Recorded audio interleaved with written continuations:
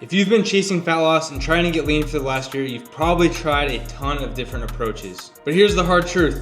A lot of these most popular trends and fads out there may be holding you back and keeping you from getting lean and staying lean in 2025. In this video, I'm gonna show you 5 things that you need to stop doing in 2025 if you actually wanna see real results. Be sure to stick around because number 5 is the one that most people fall for and have the hardest time giving up. What's up guys, welcome back. My name is Bridger. I am an online nutrition coach and personal trainer, as well as a professional amateur athlete. I've done marathons, half Ironmans, did jiu-jitsu for 6 months at the beginning of last year, played football growing up, swimming, all sorts of things. I've pretty much competed in every sport out there, and now I'm taking the knowledge that I've learned through school, my own experiences, kind of going through a bodybuilding prep, but I haven't, that might be on the docket for 2025, and taking that information to help you cut through the noise, cut through the BS, lose some body fat, and get in the best shape of your life. So today we're diving into 5 things that you need to drop or forget about and stop doing in 2025 if you actually want to see some real progress. Let's start off with the most classic one, simply crash dieting. You know those crazy 1,200 calorie diets or meal plans where you're doing some sort of juice cleanse or only drinking protein shakes, hoping to magically lose 10 pounds of fat in the first week? I tried one of these back in the day thinking that I could just drink pretty much protein shakes for a week and the scale would go down 10 pounds and that would mean that I lost 10 pounds of fat. Wrong. But unfortunately, that wasn't the case, and all that weight that I lost, yes, I did lose some weight, ended up just coming back because most of it was just water weight. Now don't get me wrong, crash dieting works and you will lose weight, but only in the short term because you're not prioritizing a long-term approach. You're looking for quick results, so what's quick to come off is also quick to come back. And when you create a very extreme calorie deficit that isn't sustainable by any means, both with 1, your willpower, and 2, just physically functioning on a daily basis isn't sustainable for your body, you're almost destined to eventually rebound, fail the diet, or end up binging just because you're so hungry and you haven't been giving yourselves those foods that you want to eat on a daily basis. And studies actually show when you create such a severe calorie deficit, your body goes into what some people refer to as quote-unquote starvation mode, but essentially it's just your metabolism adapting to the amount of calories that you're taking in. So by taking in a lot less calories, your body's going to slow down its rate of energy use. You're going to quit doing things such as fidgeting. You're going to quit walking. Your body's going to try to conserve as much energy as possible to survive and live off of the food that it's coming in. So you're going to have a lot lower energy expenditure at the end of the day when you've been only giving your body a very minimal amount of food for a long period of time. And research from the International Journal of Obesity found that these extreme crash diets also lead to a large amount of loss in muscle mass. And we all know that when we start a diet, we diet because we want to lose body fat. We don't want to lose muscle mass because while that does get the scale to go down and our weight is lower, we end up looking fatter, we look softer, and we don't get that dense muscular toned look that we were looking for when we started the diet. So the solution here, instead of doing an extreme crazy crash diet, trying to speed up your progress, because we know, as we talked about in previous videos, you're only going to lose about 1% or 1 to 2 pounds of body fat a week. All we need to do is simply maintain a moderate calorie deficit, which could be about 10 to 20% or around 5 to 750 calories per day. Pair this with a high protein diet along with some resistance training to make sure that your body is keeping that muscle mass around, ultimately giving you that nice lean muscular physique that you desire. All right, thing number 2 that you need to get rid of, and this one makes me want to punch some people sometimes, and granted, there is a very small subset of the population that can benefit from this. The majority of people who are just trying to lose weight, it is not going to help you at all, especially if you still want to maintain your performance levels in the gym or other physical activities in other areas of life like pickleball, skiing, those sorts of things. So number 2 is cutting out carbohydrates. How many times have you heard from somebody that carbs are the enemy when it comes to fat loss and that, oh, whenever I eat carbs, I get fat? Well, that's simply not the carbohydrates' fault. any macronutrient that you eat in excess or in too much can make you fat or overweight. All that comes down to is an excess amount of energy coming in compared to what you are burning. Each macronutrient, carbs, proteins, and fats all contain energy and can all add on body weight, add on body fat when consuming way too much compared to your energy expenditure. Now this one gets me extremely fired up because I see so many guys just grinding it through, being absolutely miserable, not enjoying life, having terrible performance in the gym, oftentimes destroying their hormones because they're putting a large amount of stress on their body and they're not giving their body those carbs to replenish their energy stores. And also, research has shown that consuming carbohydrates can also blunt the effects of cortisol in the long term, which is your body's stress hormone. So carbs are our body's main energy source. They're often stored in the muscles in the liver as glycogen, and they fuel our workouts, they fuel our brain. Now, when you cut carbohydrates out, you are depleting those muscle glycogen stores, and that muscle glycogen stores water. So when we eliminate carbohydrates and we deplete those muscle glycogen stores, we lose a lot of weight quickly because we're simply just losing that stored water weight in our muscle mass. That'll also result in you looking a lot more flat, feeling smaller, which isn't a good thing, especially when you're in the gym. Everybody likes to feel nice, full, and big, and you're not going to have that if you're cutting carbs out. So instead of cutting carbohydrates out completely, focus on eating the right carbs in the right amounts. So things such as potatoes, sweet potatoes, rice cakes, oats, fruit, bananas, berries, oranges, watermelon, all those sorts of things. There's so many good carbohydrates out there, and pretty much all of those ones I just listed too come with a whole lot of other micronutrients that are going to be super beneficial. Carbs don't just mean cake, donuts, bagels, those sorts of things. And also you can focus the majority of your carbohydrates, especially if you are in a deficit, pre and post workout. That'll help you get the most out of your training sessions as well. Thing number 3 that you need to drop in 2025 if you want to finally get lean and stay lean is quit overdoing cardio. You're not going to outwork your diet no matter how much cardio or how much time you spend on a treadmill. So let me know in the comments below how many of you guys have spent hours on a treadmill thinking that the more calories you burn, the more fat you're going to burn. Unfortunately, that's just not the case, because when we look at our total daily energy expenditure, our exercise or planned exercise bouts are only about 5% of that daily energy expenditure. So another thing is that there's no way to accurately track how many calories we burn with any sort of activity.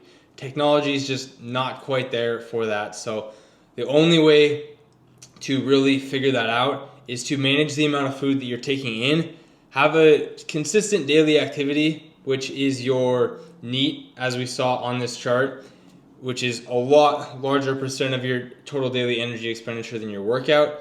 Manage those two numbers and then adjust your calories that you're taking in accordingly. And for a lot of guys, including myself, doing high intense bouts of cardio, I noticed this specifically when I was doing my Ironman training, is going to increase your hunger substantially. So if we can find a way to not increase our hunger, not put a lot of added stress on our body, especially if you're a bigger dude, going out and running when you have an extra 20 to 50 pounds of body fat to lose, that is a lot of pressure on your knees. You're going to end up destroying your knees in the end, and it's not going to help you lose any body fat. And you're going to be more hungry, making it harder to stick to your diet. So instead, we can ditch the running in the high intensity cardio bouts, focus on progressive overload in the gym when it comes to strength training, and just our daily overall step count. So thing number 4 that you need to ditch in 2025 if you want to actually get lean and stay lean, become lean and lethal, is quick fixes. So we're kind of putting this in a big overall category. This is going to be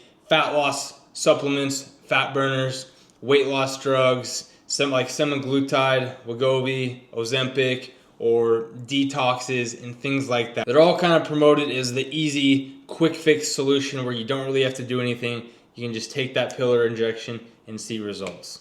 So a lot of these drugs, medications, supplements, none of them actually have any properties that specifically go in and burn body fat or fat tissue. A lot of them do things such as increase your heart rate through the use of stimulants like caffeine.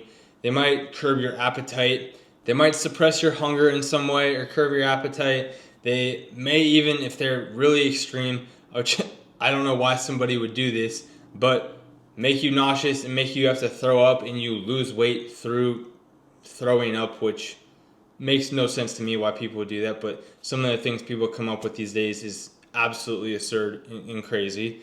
But with that being said, a lot of these things aren't actually targeting fat. They're just getting you to eat less in some way. So you can eat less by simply managing your macros in the food that you're taking in and doing it the right way, having more awareness around nutrition, learning the principles that actually lead to fat loss and you sustaining your muscle mass in the process, and allow you to see results, know how to achieve them so that you can achieve them again in the future if you want to get leaner for some event or put on some muscle and then shed some fat again. Actually learning the skill of training and nutrition is what's going to serve you a lot longer than trying to take some injection that once you stop taking the injection, the weight's just going to come back on. So there's been studies that have looked at things like the semaglutide and Ozempics and found that after 1 year of stopping the injections, most of the patients regained about 2/3 of that weight. And a lot of the weight they lost in the beginning was muscle mass. So they're losing some muscle mass, some fat mass, and then they're regaining 2/3 of it back. And what they're regaining back is most often, almost always, fat mass. So all said and done, they usually have a higher body fat percentage because they lost muscle mass in the beginning along with some fat, but then they gained a lot more fat back, didn't gain any muscle mass back. So they end up being fatter than they were when they started. So the solution, like we said here, is quit trying to find a quick fix. The answer or the solution is simply in the work that you're avoiding. Spend the time to learn about nutrition, track your food, gain some awareness around what you're actually eating, make sure you're eating enough protein. Just go walk more, be more active throughout your day and be consistent with that. Train hard 3 to 5 times a week, lift some heavy weights, and make that part of your identity, part of your lifestyle. And I guarantee you, you're going to see far better results. You're going to feel way better in the process. You're not going to have to deal with any of the nausea, the not having an appetite, not wanting to eat dinner with your family, and all of those special things that come with the weight loss injections. And you're actually going to be proud of the work that you've put in to achieve the physique at the end of the day. And if it seems like a lot, spend that money that you're going to spend on the injections to hire a coach to walk you through the process, implement a plan that is custom tailored to you, show you exactly what you need to do, and teach you the skills that will last you a lifetime, get you the confidence, the strength, and that physique that you absolutely feel proud of when you see in the mirror every single morning. Guarantee you, you're going to be a lot more happy with that decision at the end of the day. And the last one, number 5, that everybody, including myself, struggles with is the all or nothing mindset. If you've watched any of my other previous videos, you may have heard me talk about my kind of previous history with cheat meals, and kind of comes down to this exact principle with the all or nothing mindset. So I had a bodybuilding coach back when I kind of first started this journey, got into this whole fitness and nutrition thing in the beginning of college, and we had one cheat meal a week, and we were allowed to eat as much as we possibly could and whatever we wanted, because if we ate an absurd amount of calories in that one sitting, it would essentially just go right through us and we would excrete all of those calories that we took in and be able to continue making progress. So that kind of carried it through, and now if I ever went over my macros or my calories, I'd end up just going balls to the wall, binging, eating whatever I could to maximize that one so-called cheat meal, which that's not the case. Don't do that. That is complete nonsense about excreting all those calories if you eat a whole bunch. So we need to figure out how we can ditch the all or nothing mindset. In one meal, if you have one meal where you go over a little bit, that's not the end of the day. I like to say, just because you have one flat tire doesn't mean you need to get out of your car and slash the other 3. You just get out of your car, fix the one tire, and you keep driving. So the same goes with nutrition. one bad meal isn't going to destroy your progress, just like one good meal isn't going to make your progress either. Just because you have one good meal doesn't mean that you're going to have abs the next day, and just because you have one bad meal doesn't mean you're going to have a beer belly the next day. So it's about what we do consistently over a long period of time. So there you have it, 5 things that you need to ditch in 2025 if you actually want to see results for good and maintain those results. So we got crash diets, cutting carbs, endless cardio, quick fixes, and perfectionism. All things that you need to slash out of your life. They've been holding you back this last year, and we can't let them continue to hold you back in 2025. Now trust me, play the long game. It can be super discouraging at first. If you ever heard of the 30, 60, 90 kind of approach to things, you do something consistent for 30 days, you're not going to see a whole lot of change. You do something consistent for 60 days, you're going to start to see some change, and then it gets exciting and a lot easier to do, and that discipline becomes a whole lot easier because you can see some tangible results.